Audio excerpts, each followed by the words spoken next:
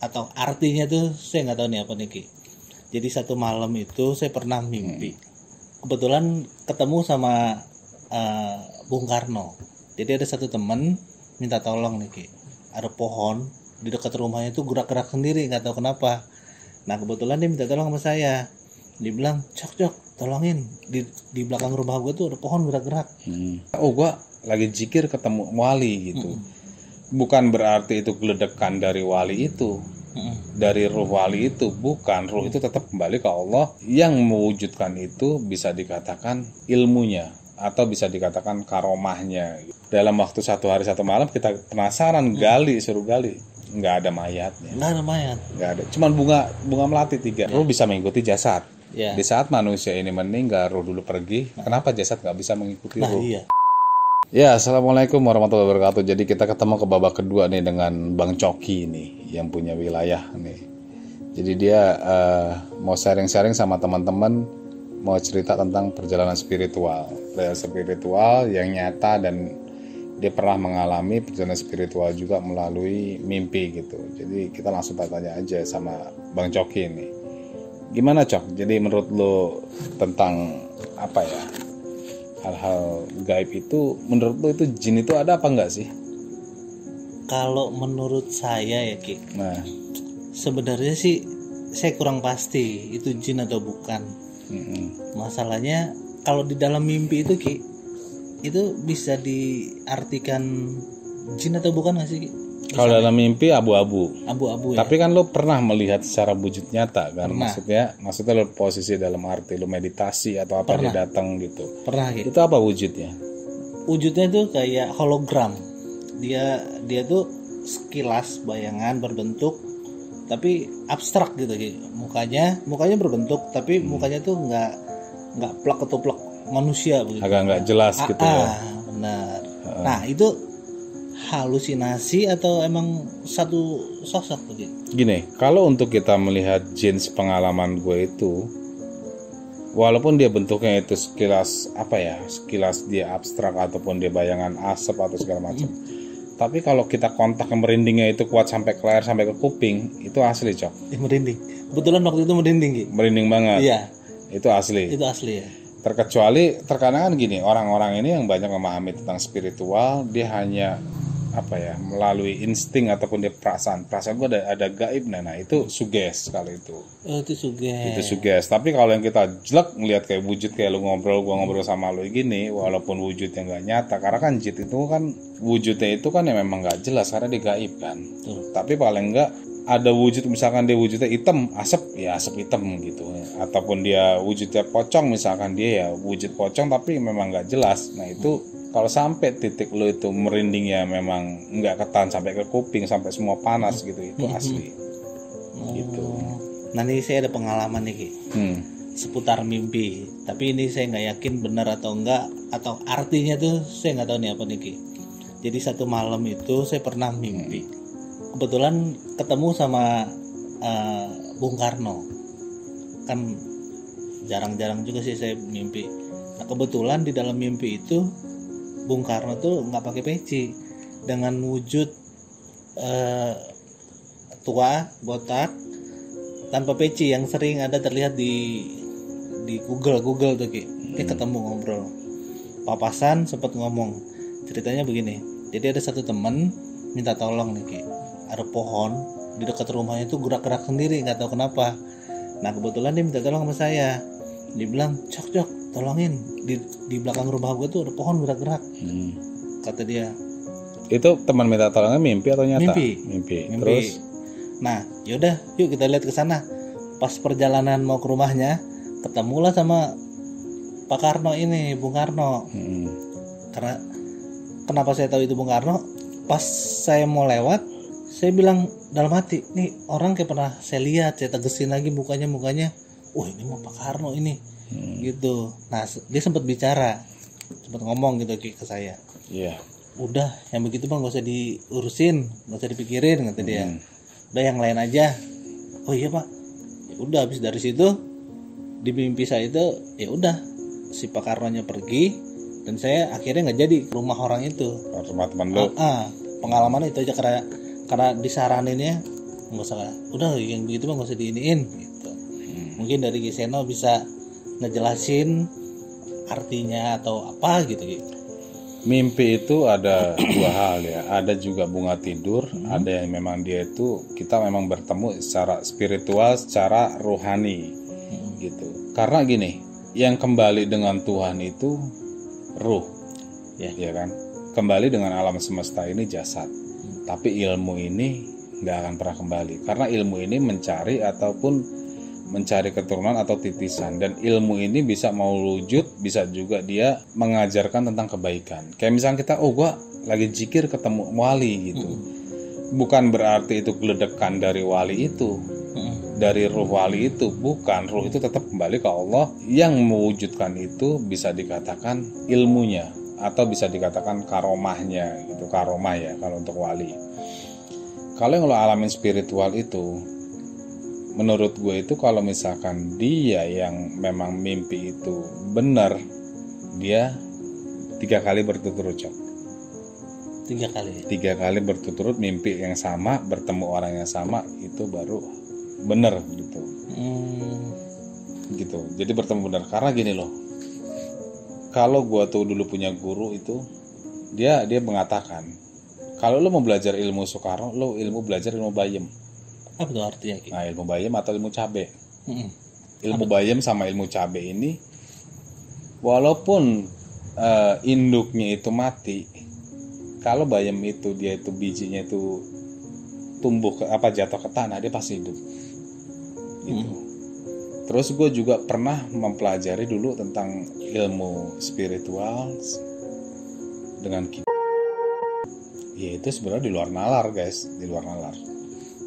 Dia bilang, di saat nanti saya dikubur, 7 langkah kalian itu dari kubur, kalian tarik talinya. Jadi guru saya ini sebelum dia itu meninggal, dia udah ada wasiat gitu. Begitu dia meninggal, disolatkan, dimandikan, dikubur, suruh ikat kakinya pakai tambang. Begitu kita udah 7 langkah kita tarik, itu nggak ada, Cok. Kalau logikanya itu kaki diikat pakai tambang, itu pasti ketarik berat, nyangkut. Harusnya nyangkut. Begitu kita tarik udah kosong, Cok. Wow, luar biasa. Kita penasaran, suruh gali. Nah, akhirnya begitu kita gali cuma jadi bunga melati 3 tangkai bunga melati. Coba. Luar biasa. Di luar nalar itu, guys. Jadi memang laku lampah guru saya itu orangnya nggak pernah marah, dia selalu senyum. Dikatain orang, dihina orang, dibilang kafir sama orang, ajaran sesat sama orang, dia cuma ketawa aja. Karena keimanan kita itu yang tahu itu cuma kita dengan Tuhan, Cok. Ya. Gitu. Dan itu gue ngalamin, hal itu gue ngalamin.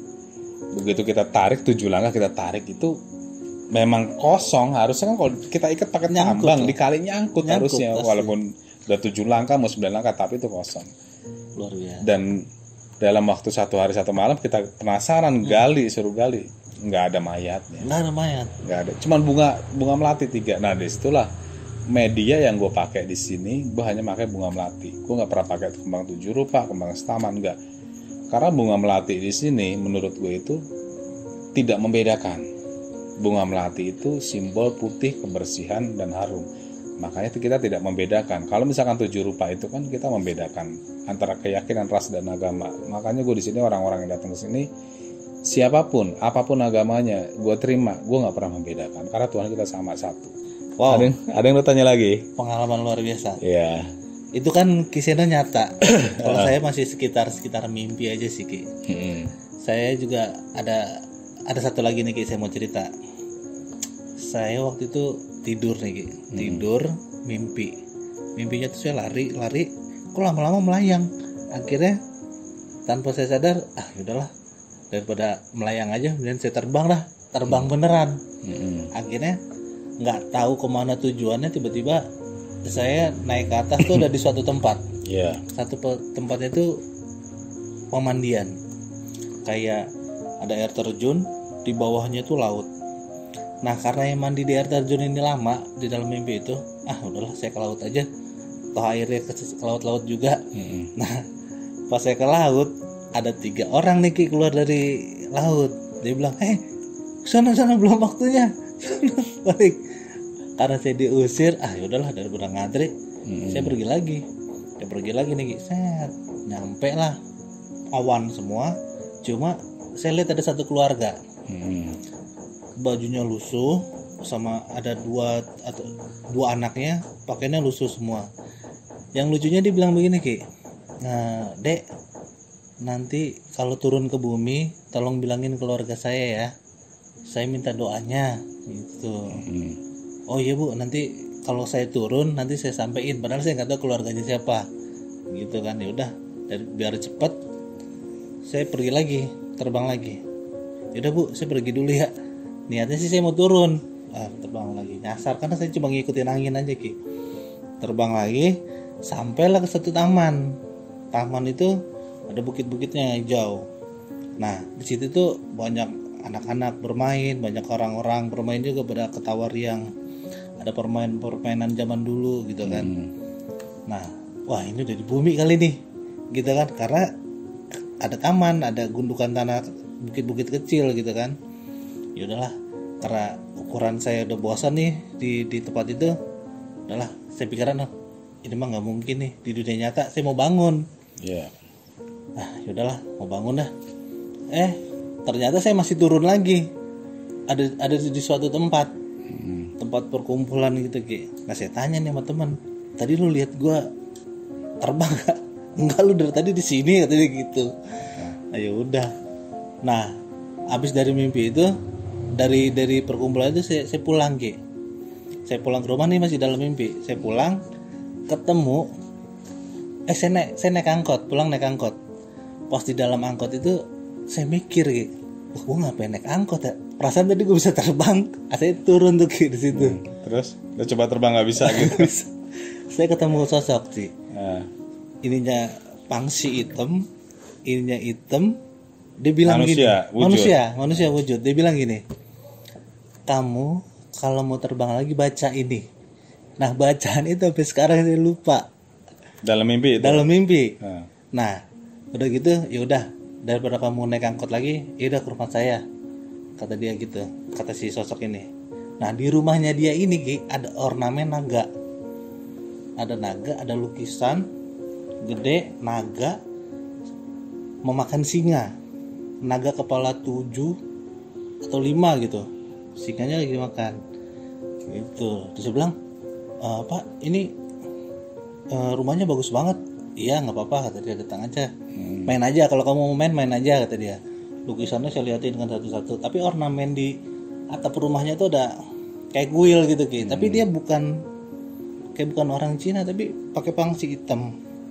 Ini hitam, ini hitam. Gitu, dia ngerangkul saya main situ. Nah dari situ udah saya bangun. Sampai sekarang saya masih ingat ceritanya itu.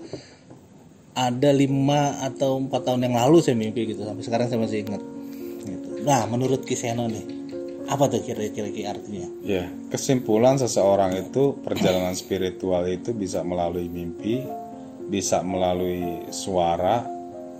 Cuman rata-rata ini mimpi. Jadi rata-rata mimpi, cuman artinya gini, kalau kita udah mimpi hal tersebut, apa yang dia perintahkan, kayak gitu. Jadi apa yang dia perintahkan, kalau untuk di sini kita ini, artinya kalau menurut gua gitu, yang lu ceritain itu, lu udah sampai ke alam dimensi lain. Jadi lu sampai ke dimensi lain, lu tahu di mana itu tentang tempatnya orang-orang itu mati di mana, alam semesta ini di mana gitu. Jadi menurut gue itu perjalanan spiritual, karena lo sering banget mimpi hal-hal tentang kayak gitu. Iya. Cuman yang menjadi masalah di sini, lo nggak pernah mengasah ruh. Iya betul. Ruh yang lo miliki itu nggak pernah lo asah. Ruh itu butuh makan. Ruh itu butuh makan. Apapun agamanya, menurut gue itu meditasi itu diajarkan. Kalau orang-orang zaman dulu mungkin ya dia laku lampanya itu dia sering di tanah Jawa itu sendiri pun, Cok. Sebelum Islam ada, orang-orang Buddha Hindu itu dia lebih melakukan tapa. Tapa itu untuk apa? Penyelarasan diri kita dengan Tuhan. Gitu, penyelarasan diri kita dengan Tuhan. Jadi kalau lu mau ketemu dengan apa yang lu cari ini, ya lu harus kuat dengan nahan lapar. Karena apa? Ruh yang lo miliki ini lo perlu makan. Selama ini kan lo kasih makan jasad terus Jasad, kan, betul. toprak, indomie gitu. Benar. Benar. Sempol lagi makanannya guys. Makanan ruh itu apa aja sih?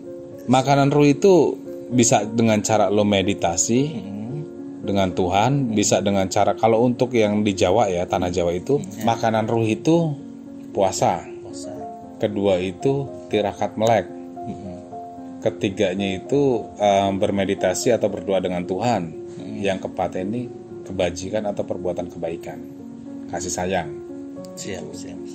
Jadi kalau misalnya kita nggak bisa menjalankan itu, sulit untuk ketemu apa yang kita cari, gitu. Jadi sekarang gue mau tanya sama lo, ini agak ini menurut persepsi gue nih guys nih. Jasad dan ruh itu duluan mana? Ruh. Jasad dan ruh di saat Jasad. kita hamil, apa istri hamil? Jasad. Jasad. Ya. Ruh mengikuti. Ya. Di saat mati, ruh dulu atau jasad dulu? Jasad dulu. Di saat mati, Oh, ruh. ruh dulu baru jasad. Ya. Nah, lo harus bisa ngikutin tuh. Di saat pertama kali manusia diciptakan, jasad dulu baru ruh. Ya kan? Ruh bisa mengikuti jasad. Ya. Di saat manusia ini meninggal, ruh dulu pergi. Kenapa jasad gak bisa mengikuti Nah, ruh? iya. Itu kenapa tuh, Gi? Nah, yang tadi gue bilang guru gue Penjelasannya. itu, Heeh. dia mengajarkan di saat kita ini lahir, jasad dulu, baru ruh. Di saat ruh ini nggak egois, di saat kita meninggal, ruh dulu baru jasad. Jasad ini mengikuti. Makanya di saat 7 langkah gue tarik nggak ada. Dia udah bisa sampai ngikutin jasad ini mengikuti ruh. Jadi musak. Luar biasa. Mantep kan? Luar biasa. Nih guys, hujan nih guys, kayaknya kita tutup dulu nih guys. Nanti kita lanjut lagi, oke? Assalamualaikum warahmatullahi wabarakatuh. Rimis lagi. Jangan lupa subscribe, Like and comment.